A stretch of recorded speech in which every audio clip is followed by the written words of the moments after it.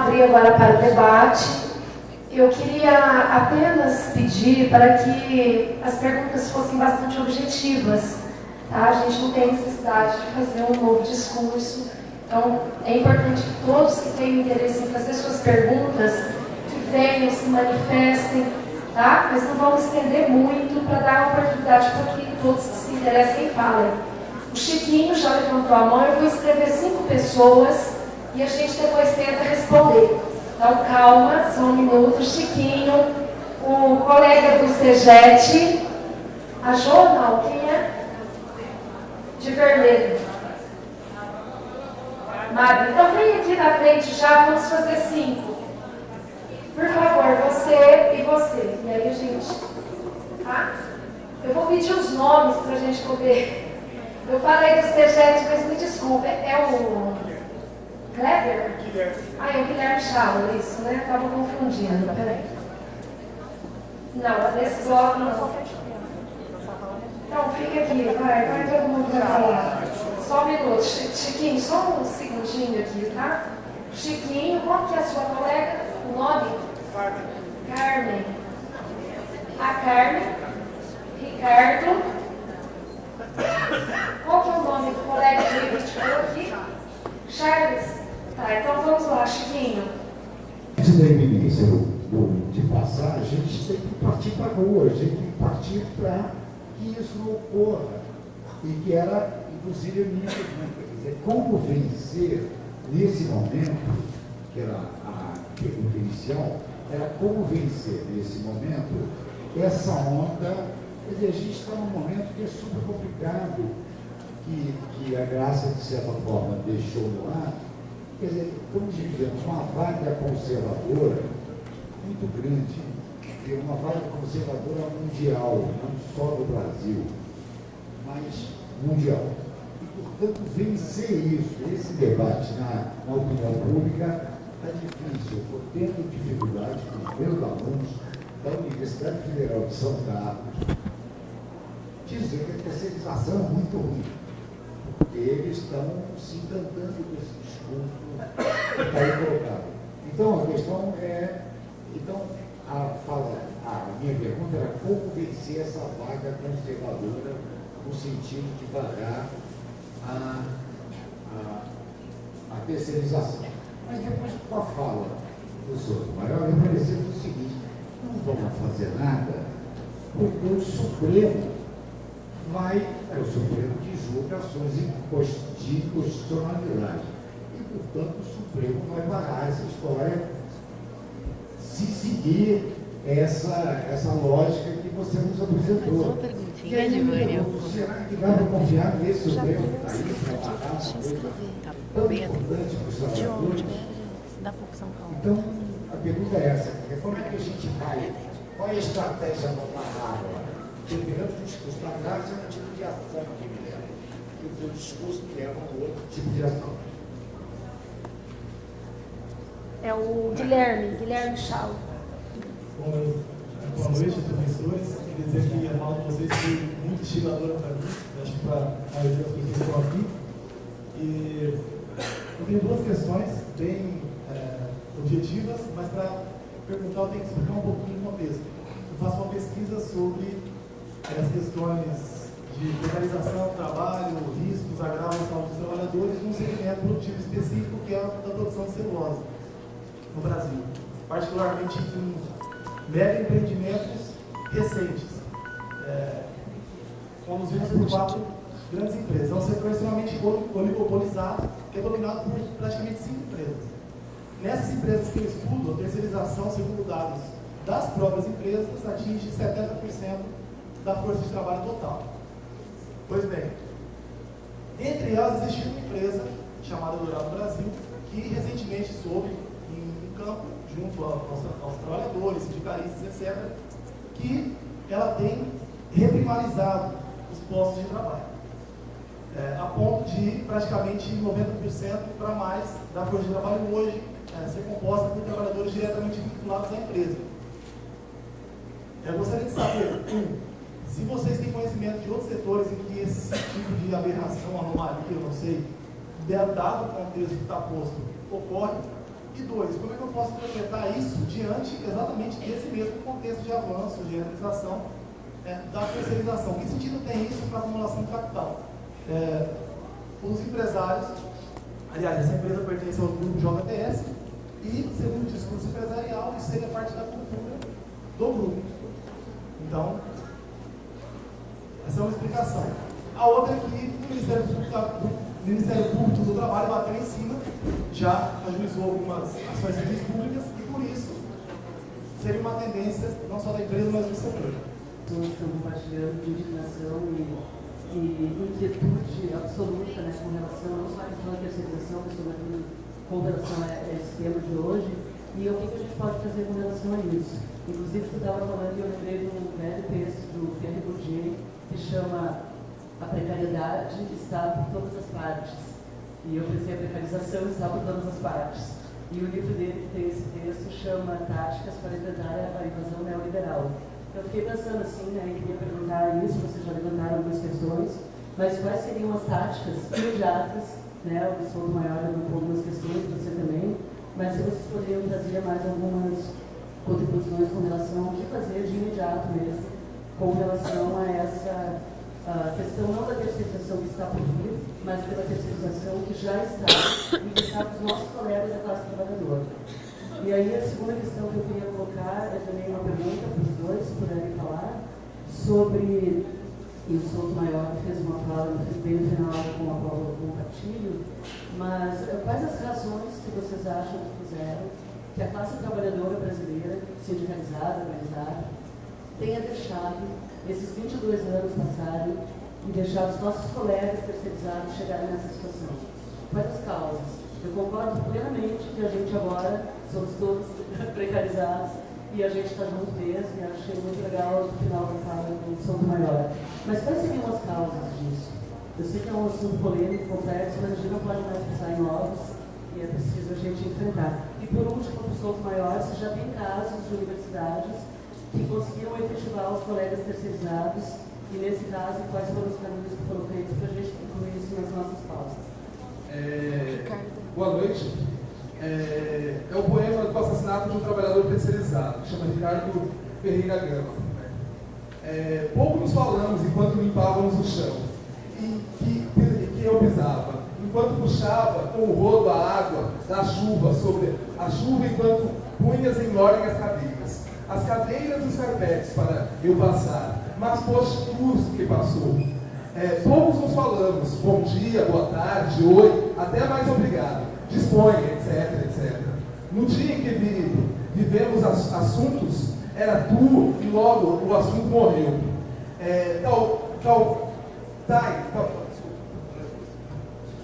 Talvez faça pouca falta as cadeiras e as carteiras, os carpetes serão arrumados. E além do mais, teu trabalho não gerava mais valia. Talvez em muitos tua morte não produzirá saudades.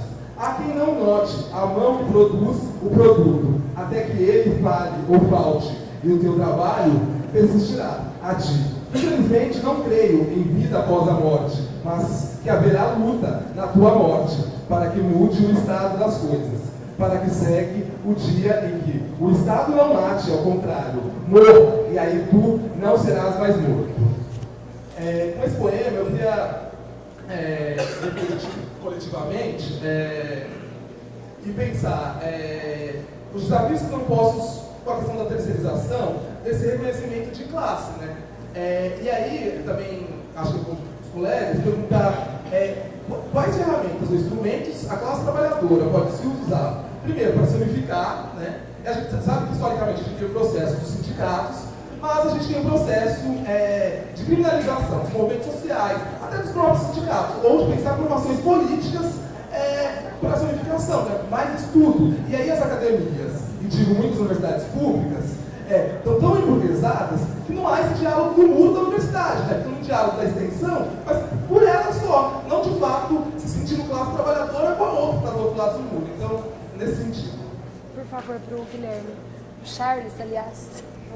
Sem uma confusão com os nomes também. Boa noite a todos e todos. Eu não vou responder não, mas eu queria fazer um desabafo até para introduzir a minha pergunta. que é bem objetiva, mas eu serei breve, prometo.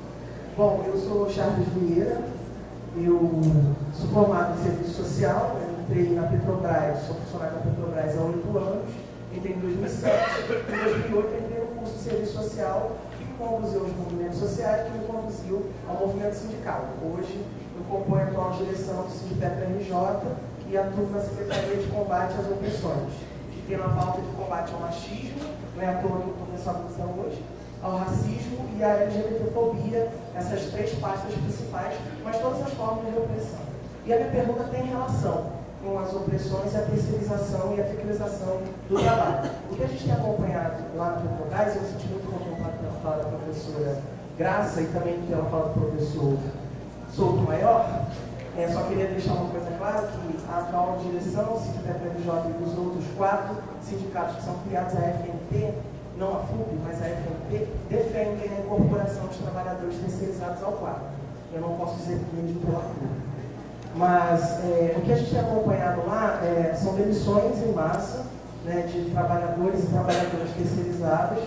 E o que eu tenho observado, principalmente onde eu atuo, que é uma gerência de exploração e produção de petróleo ligada à logística, é que essas demissões se expressam principalmente entre mulheres, e mulheres negras, né? E outra coisa que é interessante é que muitos trabalhadores lá, em situação de opressão, de assédio moral, que estão sendo submetidos a trabalho extenso e dobrado, porque estão perdendo seus colegas, né, acabam ficando doentes por morte, né, e preferem não pegar atestado, não procurar seus direitos, por medo de serem demitidos. Então, a gente, enquanto movimento sindical, se sente muitas vezes impotente diante dessas situações, né? E aí a minha pergunta, eu tinha mais coisa para falar, mas enfim, eu queria que os professores falassem da relação entre a precarização e o desemprego, a questão de gênero, diversidade sexual e a questão de raça e etnia. Eu queria que, porque eu não percebi muito nas falações, eu queria que falasse um pouquinho. Bom, nossa, tá aqui, agora está alto. A primeira, bom, as perguntas todas elas se interligam, né, de todo modo. Se interligam no aspecto do o que fazer, né? Uma pergunta bem antiga. O Francisco coloca a seguinte questão, bem importante. É possível confiar no Supremo, né,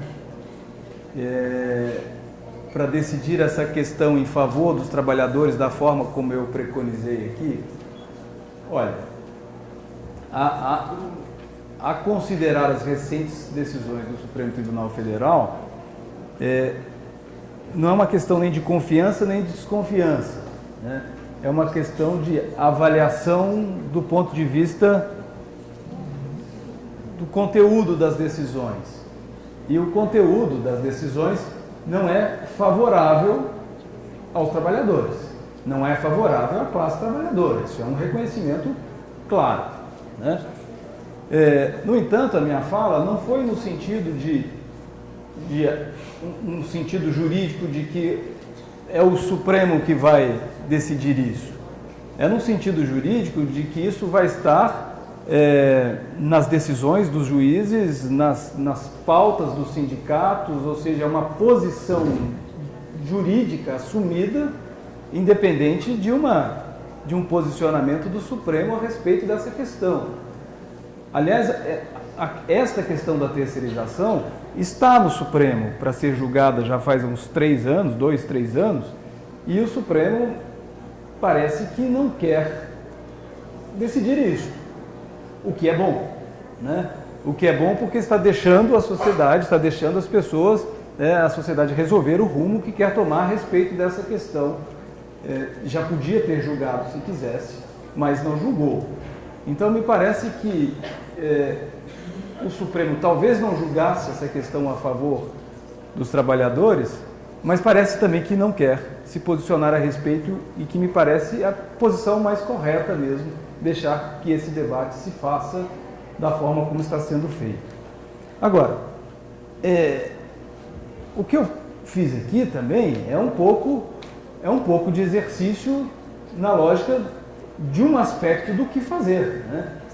Não é a totalidade. A totalidade é a luta de classes, os trabalhadores nas ruas, né? Reivindicando, se organizando enquanto classe e passando por cima das estruturas jurídicas que impedem, né? A sua consciência e a sua luta. Agora, há uma questão antecedente aí, é que a terceirização, como a professora Graça disse, ela destrói, né? Ela separa a classe trabalhadora e a classe... Só que esta consciência criada em torno dos males da terceirização tem que gerar um efeito um efeito social que seja, né? Dos trabalhadores se enxergarem como classe. Essa é a única solução possível. A minha solução é uma solução, digamos assim, retórica, serve, né?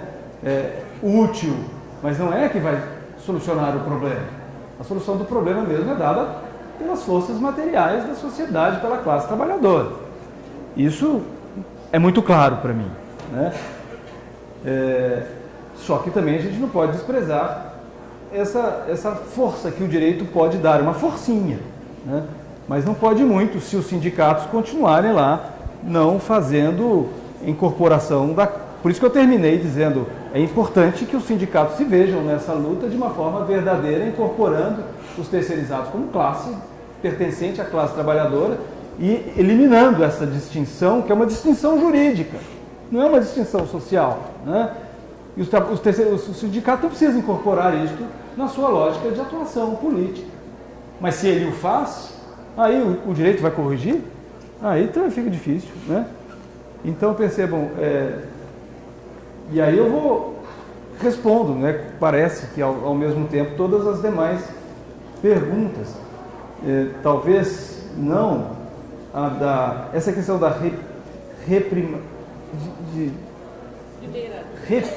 reprimerizar, né? Primeirizar.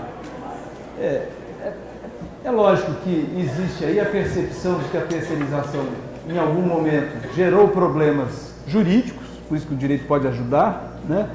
E aí, primeirizar significa eliminar esses problemas, num caso concreto, talvez pela atuação do Ministério do Trabalho. Não é por cultura do grupo. Isso certamente não é. Mas não conheço outras experiências assim. Concretamente não conheço. Não conheço também universidades que tenham, segundo a pergunta da Carmen, conseguido efetivar os trabalhadores terceirizados. Eu sei que o Sintusp tem isso como causa, né, como pauta primária, a incorporação, a integração dos terceirizados à universidade.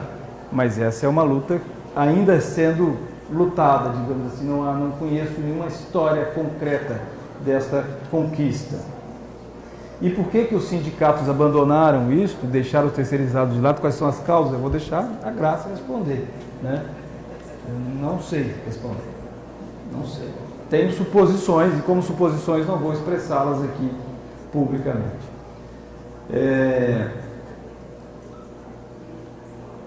E as questões de gênero e de raça, aí realmente aí teria um outro seminário, um seminário inteiro, né, só sobre isso.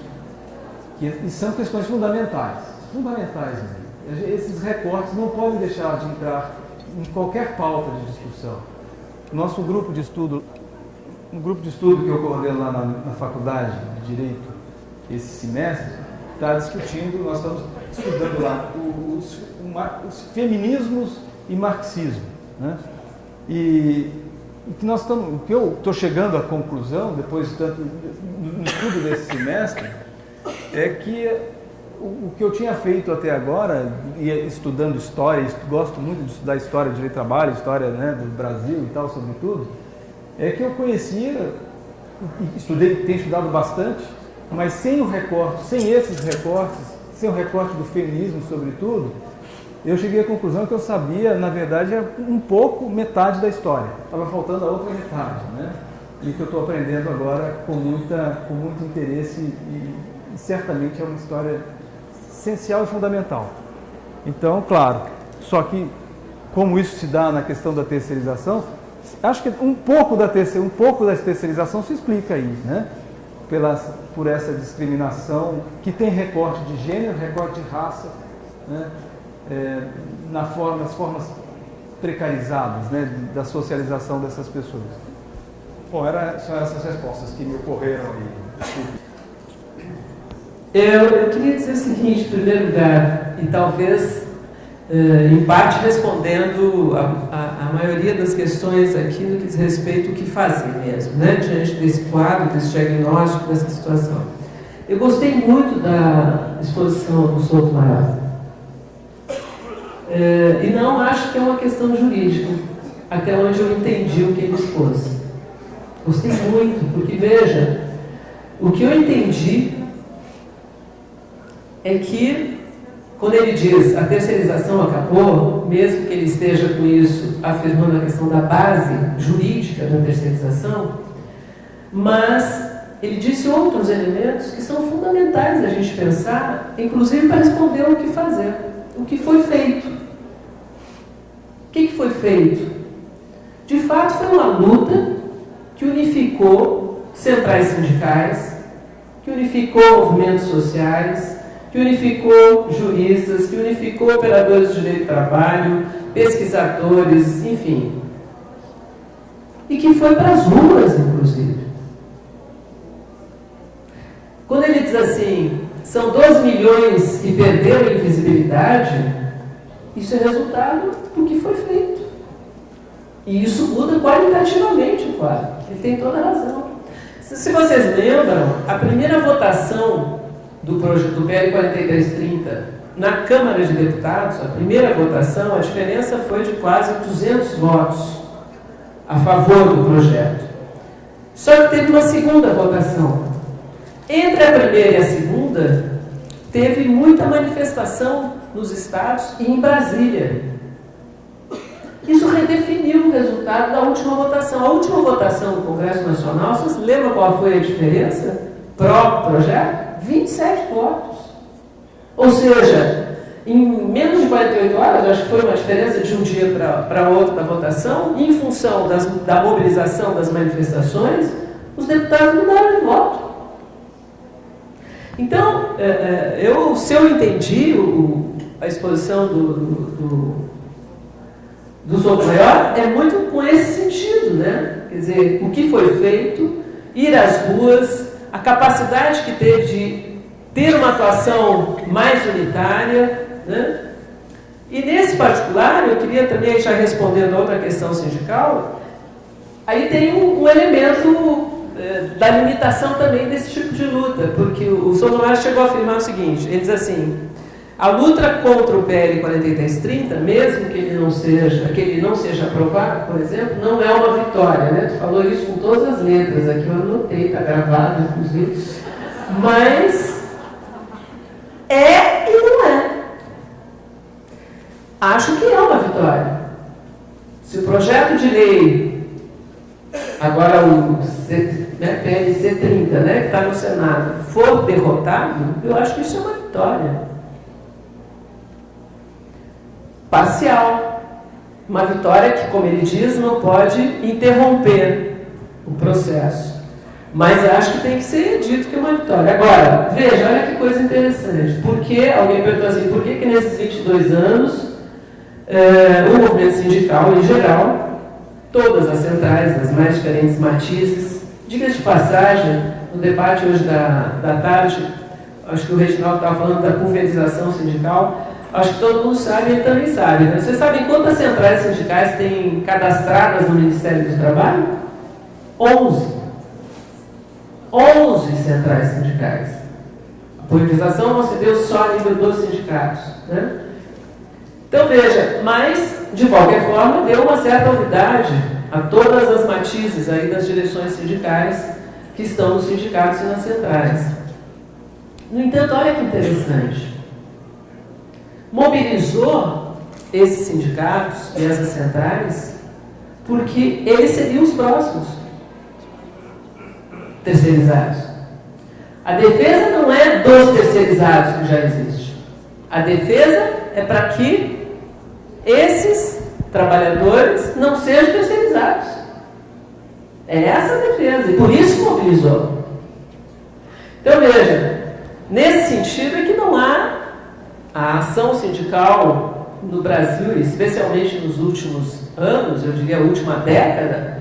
Tu tem um processo de enfraquecimento sindical dada ofensiva, neoliberal, etc., que todo mundo sabe, mas tu tem também uma limitação política, sob o ponto de vista da ação sindical. E uma limitação política porque trabalhou todo esse tempo com a ideia de uma inexorabilidade.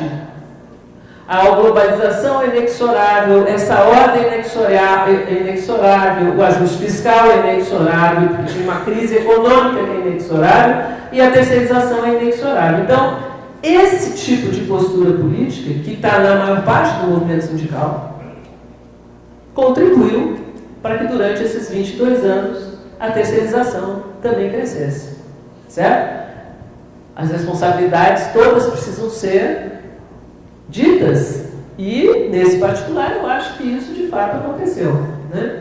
Ou seja, a incapacidade de boa parte das direções sindicais de fazer frente, né, a desmonte aí dos direitos dos trabalhadores. Então eu não tenho resposta do que fazer. Eu acho que a ação que se conseguiu através do Fórum de Combate à Terceirização ela foi muito importante. Porque ela, pelo menos, conseguiu dar visibilidade, certo? Pautou a imprensa, inclusive, a partir das mobilizações, dos atos, dos debates, a quantidade de seminários que se fez nesse Brasil afora, as audiências públicas que estão ocorrendo hoje nas capitais aí, estão tendo repercussão também na imprensa, né? Então, como diz Souto Maior, dizer, saiu da invisibilidade e mostrou, inclusive, o que é a situação dos terceirizados hoje no país. Então, foi uma luta que teve repercussão e que redefiniu, inclusive, posições de direções sindicais.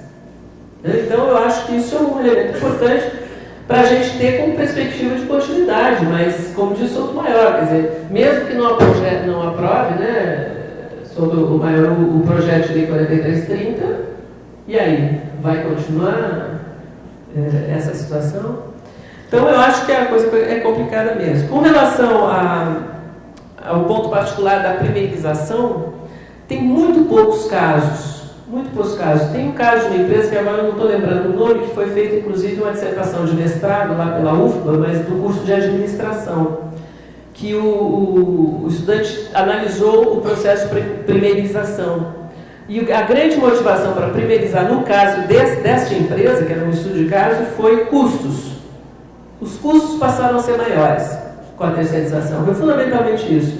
Custos do ponto de vista da relação empresarial e custos também no que diz respeito ao retrabalho do processo produtivo. Porque havia problemas de qualidade, problemas de não respeitar os padrões, etc. E isso, então, a empresa refez aí, primeirizou algumas atividades no interior. Então, eu sei alguns casos muito pontuais, né, que tem a ver com esse tipo de situação. Então, com relação à pergunta do Charles, né, que eu acho que foi o último, sob o ponto de vista das questões referentes à classe, gênero e etnia, no que diz respeito à precarização, eu queria dizer o seguinte, veja, há um processo de precarização que atinge todos hoje indiscriminadamente, mas tu tem, sem dúvida nenhuma, uma hierarquia da precarização. Ela é diferenciada, ela é heterogênea. E essa hierarquia, sem dúvida nenhuma, incorpora os elementos de gênero, os elementos de raça e assim por diante, né? O que eu, muitas vezes, tenho uma certa restrição é tu dizer que apenas as mulheres e apenas os negros são precarizados ou são terceirizados. Acho que é uma afirmação incorreta, embora exista também dentro dessa perspectiva esse tipo de formulação, né? Acho que tem uma hierarquia e, sem dúvida nenhuma, é algo que se reproduz no conjunto do mercado de trabalho. As mulheres e os negros, em geral, homens e mulheres, são, sem dúvida, os mais discriminados, os mais precários, etc. Isso, historicamente. No processo de terceirização e de precarização também. Aqui já 4 pessoas que enviaram os nomes. Já foi contemplado? Tá, você era a Beatriz. Adriana, tá? Desculpa. Eu anotei aqui atrás da Vera. Desculpa. Eu queria ver se tem mais alguém. É o Miranda? Miranda, Albério, a Lívia também? Tem lá, ó. Quem? Eu esqueci seu nome, é de Segete. Diego. Então deixa eu anotar para não fazer confusão. Miranda, Albério e Diego, é isso? A Lívia também? Não? Gente, só mais um que a gente encerra. Eu não estou conseguindo ver quem é. Ali, ó. Você, eu já anotei seu nome. É o Bruno, não é? Bruno, você já está inscrito. Eu esqueci, não. Ana? Luísa. A Luísa, Ana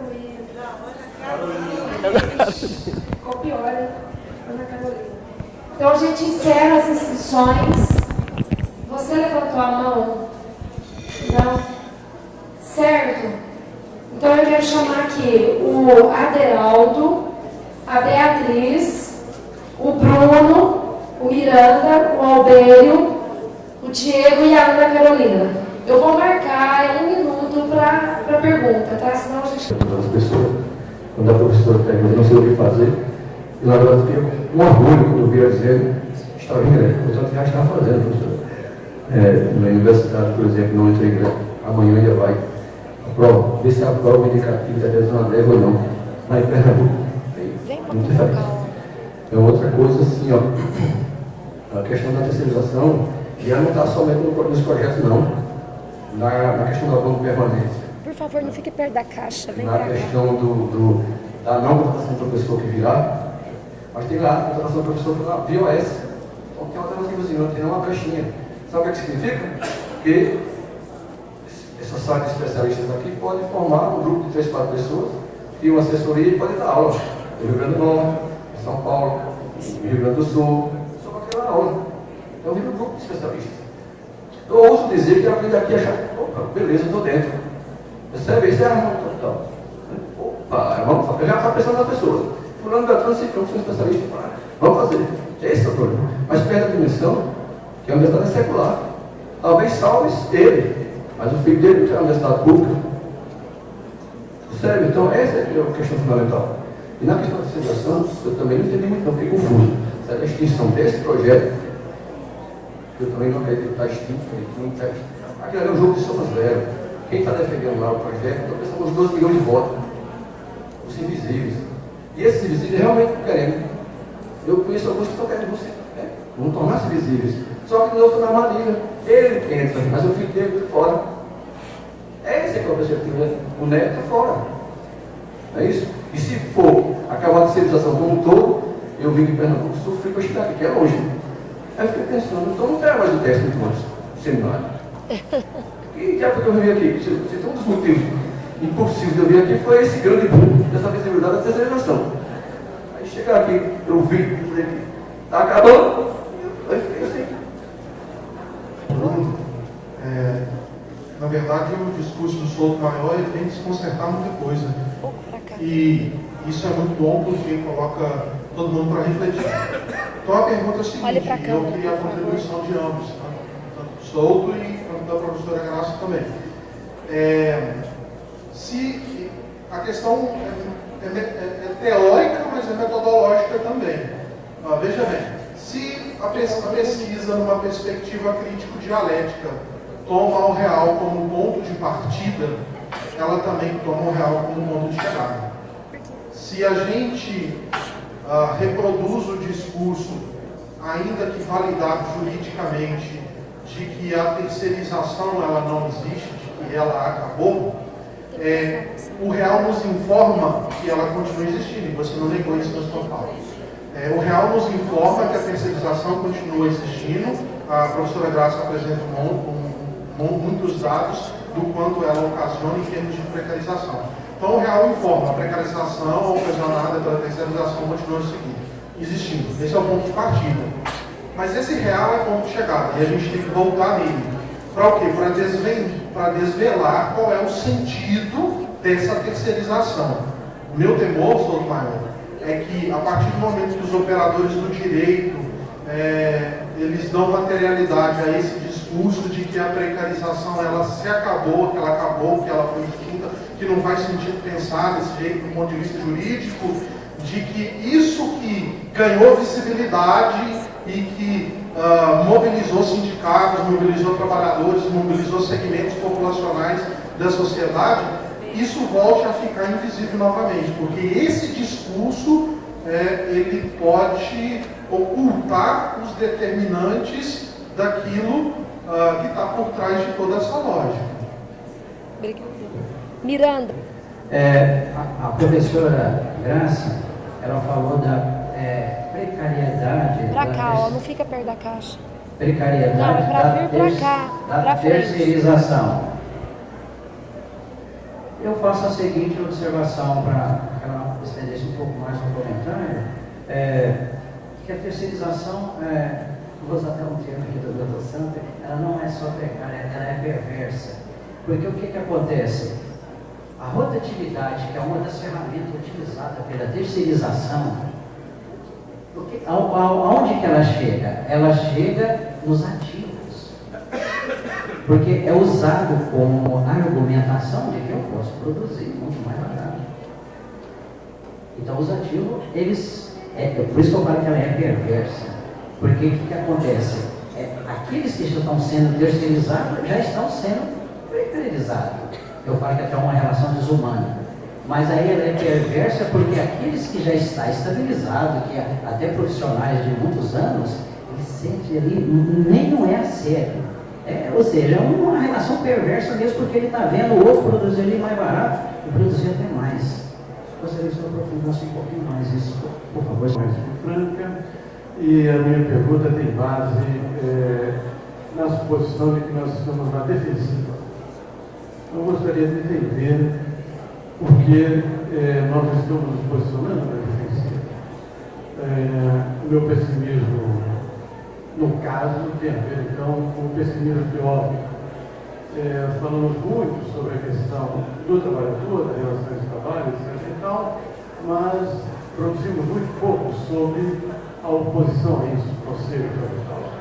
Exceto uma boa tese para a gente refletir que a professora Graça coloca, que a dinâmica atual, ela se dá em termos mesmo do trabalho terceirizado, portanto, permite a gente repensar a substituição real, nos termos agora da forma, digamos, clássica da maioria absoluta. Penso que deveríamos ainda avançar no sentido de trabalhar as questões públicas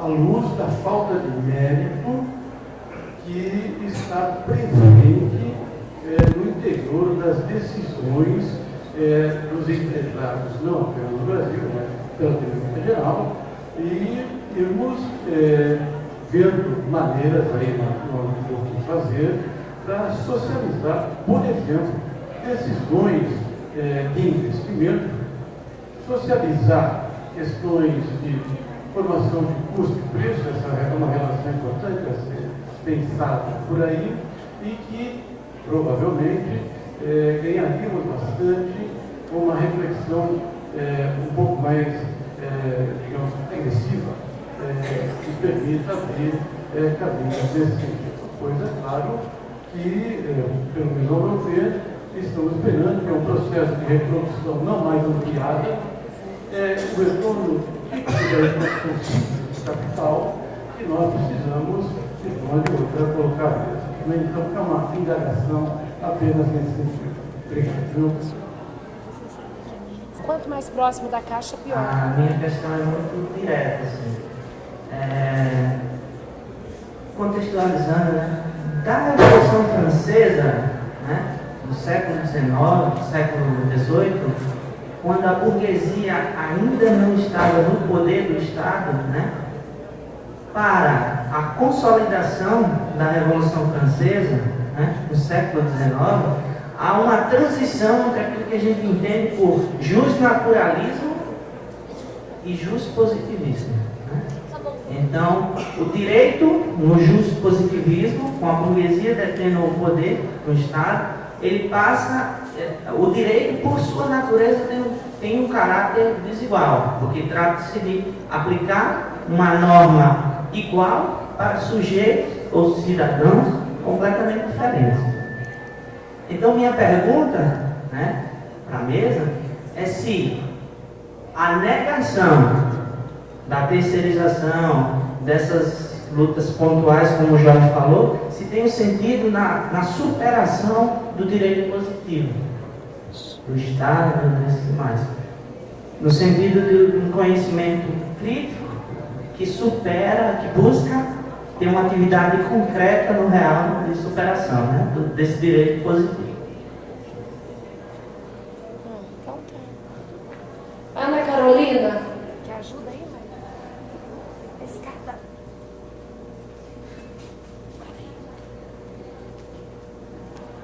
Bom, boa noite a todos, boa noite mesa.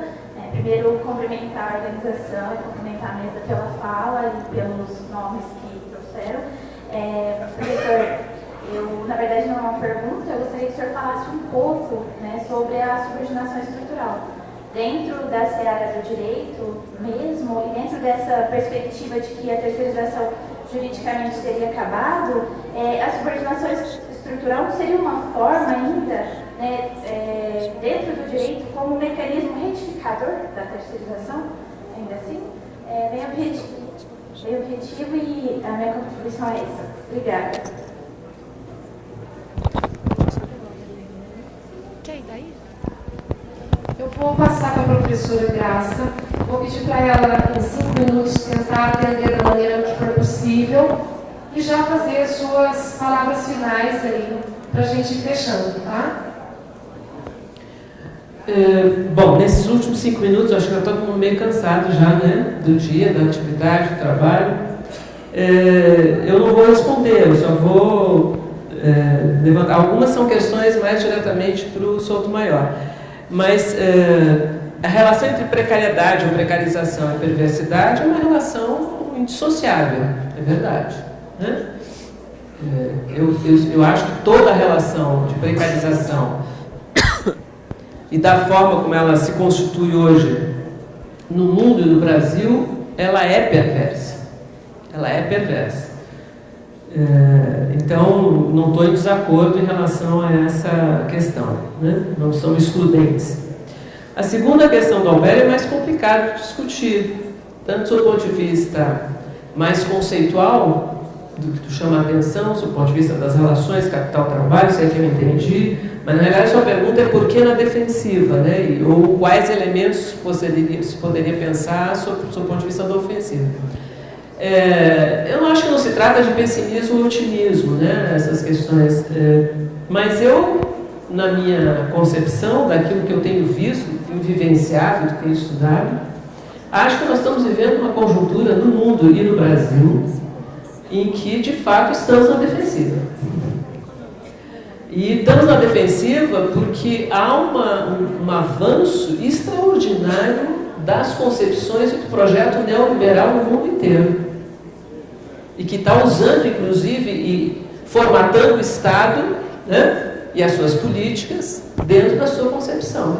Alguns autores chegaram, inclusive os franceses especialmente, chegaram a publicar coisas sobre o pós-neoliberalismo, né, como se ele já tivesse sido superado. No entanto, ao contrário, eu acho que no caso do Brasil isso é muito dramático.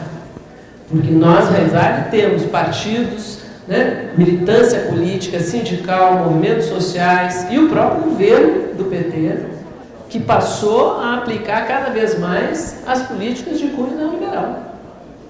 É isso, é dura a realidade, mas é essa. Né? A expressão maior é o ajuste fiscal hoje. Certo? É o ajuste fiscal hoje. A expressão maior é isso. Porque o ajuste fiscal é uma opção de classe. É uma opção de classe.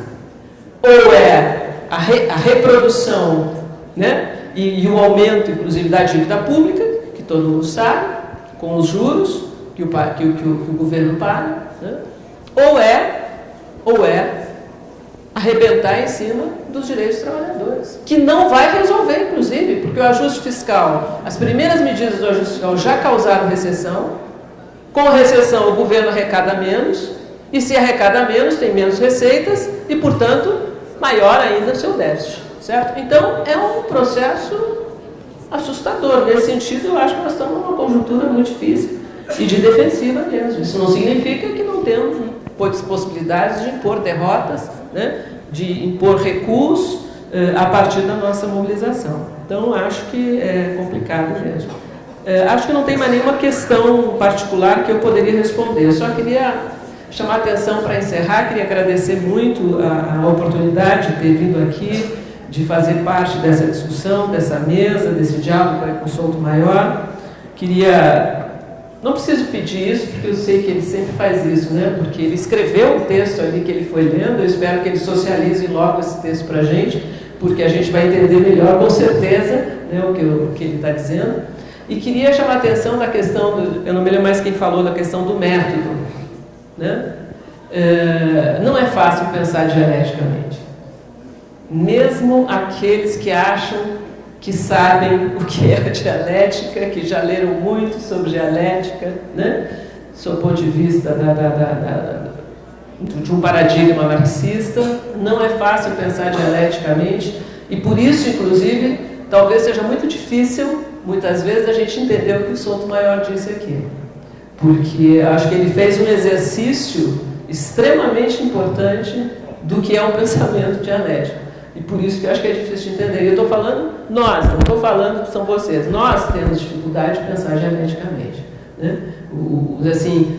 A hegemonia do pensamento não é o pensamento dialético. Então nós temos dificuldade porque nós somos pressionados, né, pela lógica formal, pelo positivismo, etc., o tempo inteiro, no âmbito das ciências, da ação política, de tudo, né?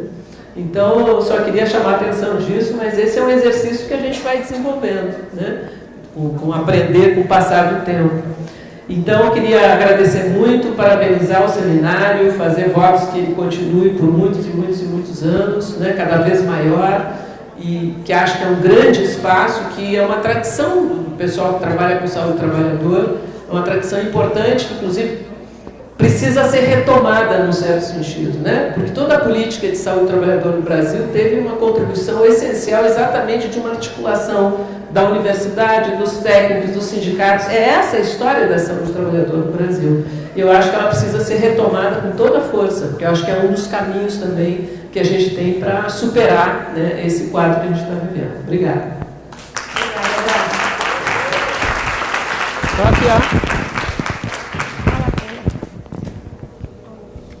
Tem que pôr o trem aqui.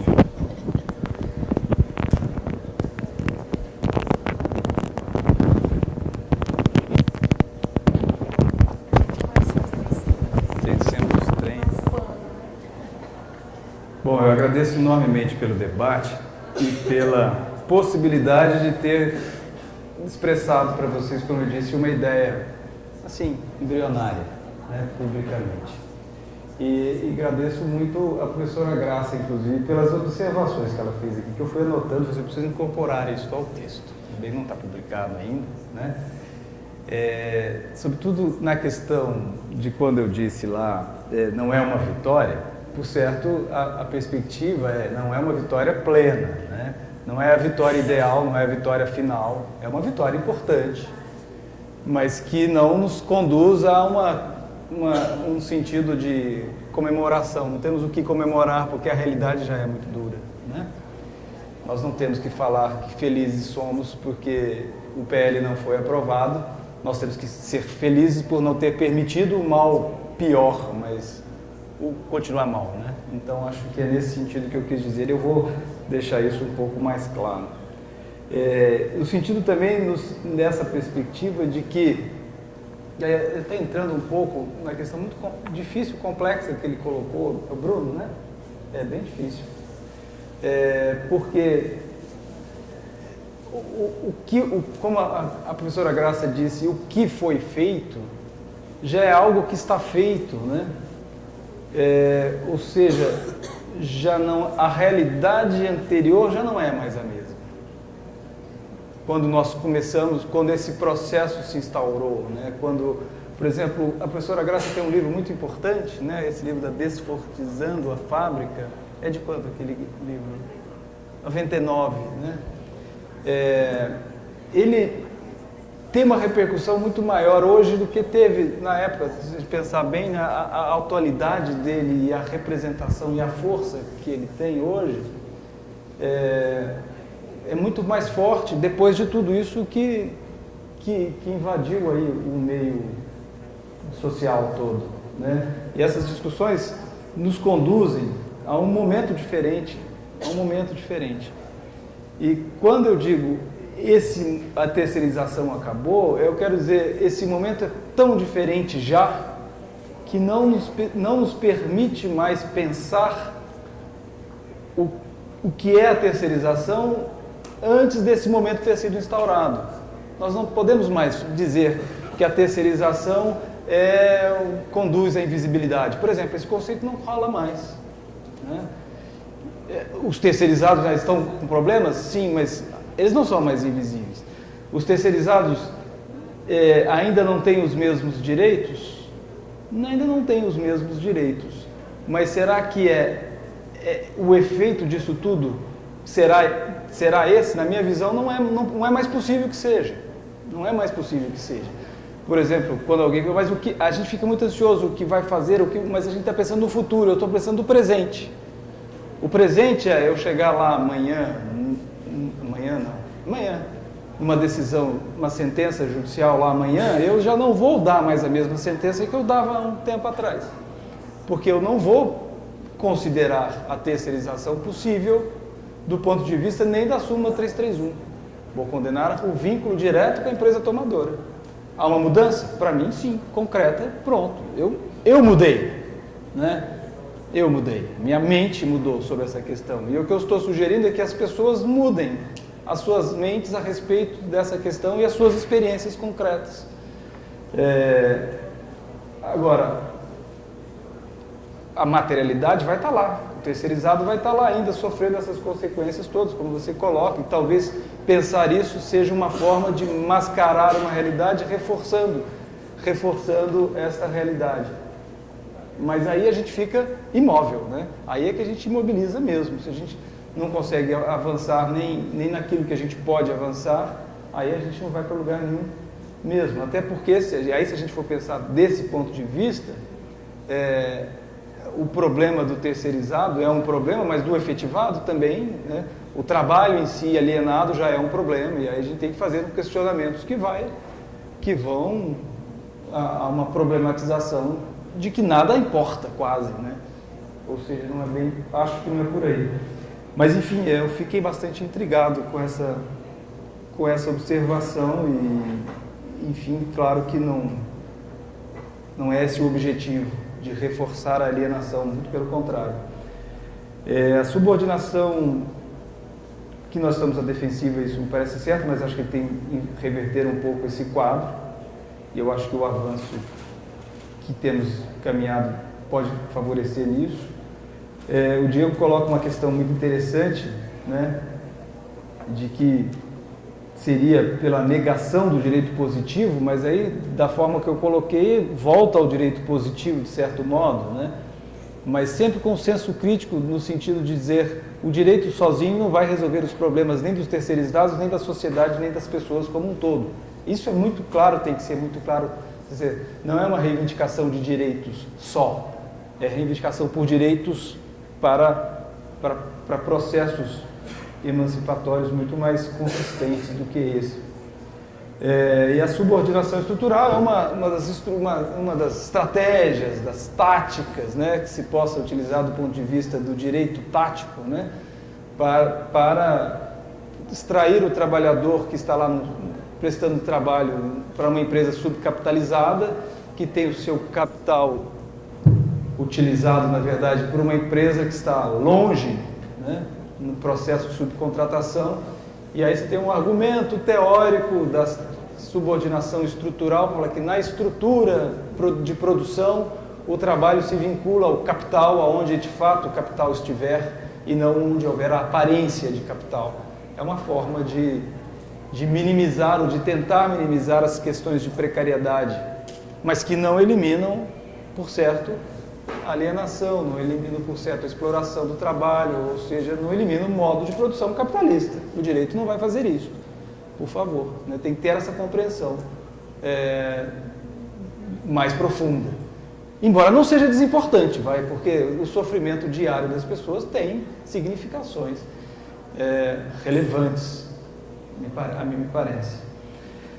Então é isso, gente. Eu agradeço muitíssimo por essa chance de dialogar com vocês, de aprender aí com as colocações e refletir um pouco mais sobre tudo isso. E eu saio daqui diferente do jeito que eu cheguei. Muito obrigado.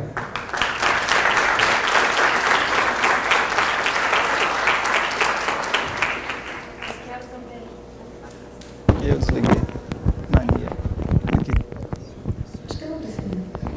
Eu quero agradecer à professora Graça por ter aceito o convite, por ter se deslocado, né? Não é tão perto, é bastante longe. Então a gente sabe que tem aí um período dedicado à viagem, que é longa. Enfim, deixa toda a sua agenda, né, para vir aqui, tá, socializando o seu conhecimento e tá fortalecendo o nosso evento aqui. Também agradecer ao professor Souto, tá, pela participação. Ele fez um malabarismo na agenda para conseguir estar aqui. Inclusive, ele vai sair às 3h30, né, Jussara? Amanhã. Mas eu quero agradecer especialmente por a gente ter aqui tido a oportunidade de conhecer um pouco mais os elementos que estão atravessando o discurso da terceirização. Nós vamos ter outras mesas que poderemos dar continuidade, inclusive está retomando esses elementos que foram colocados aqui. Então, nós temos uma mesa amanhã de manhã que discute a seguridade social e a terceirização, os impactos, né, dessa terceirização ou da terceirização das políticas de seguridade. À tarde, nós temos aí uma outra mesa que vai estar, inclusive, o desembargador do trabalho, que é o Grijaldo Coutinho, junto com o Giovanni, e que nós vamos poder retomar, né, essa discussão. E à noite, eu estou vendo o Loane já está aqui, né, também para a mesa da noite que vai discutir a saúde do trabalhador. Então é isso, gente. Esse discurso é muito importante para nós, porque o que tem passado aí, de forma bastante massificadora, é que a terceirização é sinônimo de modernização. E Franca é uma cidade que é movida pelo setor calçadista, a economia. E são dezenas aí, centenas, aliás, de pequenas empresas. Eu estou falando de 0 a 19 funcionários. Isso quer dizer que já tem um custo baixo de investimento nas inovações tecnológicas, no sistema produtivo. Com a terceirização, isso vai para a casa dos trabalhadores e formam células de 4, 5 pessoas, enfim. E é muito complicado, porque os jovens ainda acreditam, né, nesse discurso do empreendedorismo, que isso vai ser bom, trabalho por conta. E a gente tem observado que quem está há mais tempo, 10, 15 anos, está com uma vida muito sofrida e sem nenhuma perspectiva de sustentação daí para frente. Não está conseguindo mais manter essa produção exigida pelas fábricas, né, que fica, como o Souto Maior falou, extremamente camuflada, porque aparece como aquele que repassou o serviço. E mais ainda, eu finalizo aqui já, a gente tem aí uma turma que está nesse processo e que não passou pelo processo fabril, não teve essa experiência, né, com o sindicato, com o trabalho coletivo, que começa em casa e que vai amadurecendo aí enquanto um trabalhador autônomo e que não tem essa experiência coletiva. Isso é muito sério. Tanto é que nós estamos com um piso salarial hoje em Franca do Sapateiro de R$900, algo por aí. Tá? O sindicato estava aqui, não está mais, mas é uma situação bastante preocupante que a gente vivencia aqui. Então, acho que a mesa teve esse objetivo de, né, trazer mais elementos para o debate, de desmistificar o que está também permeando essa discussão. Tá? Eu vou chamar, então, agora já encerro minha fala, agradecendo mais uma vez a presença de vocês, a contribuição que é muito grande para nós. Tá? Isso dá uma força para o evento. Muito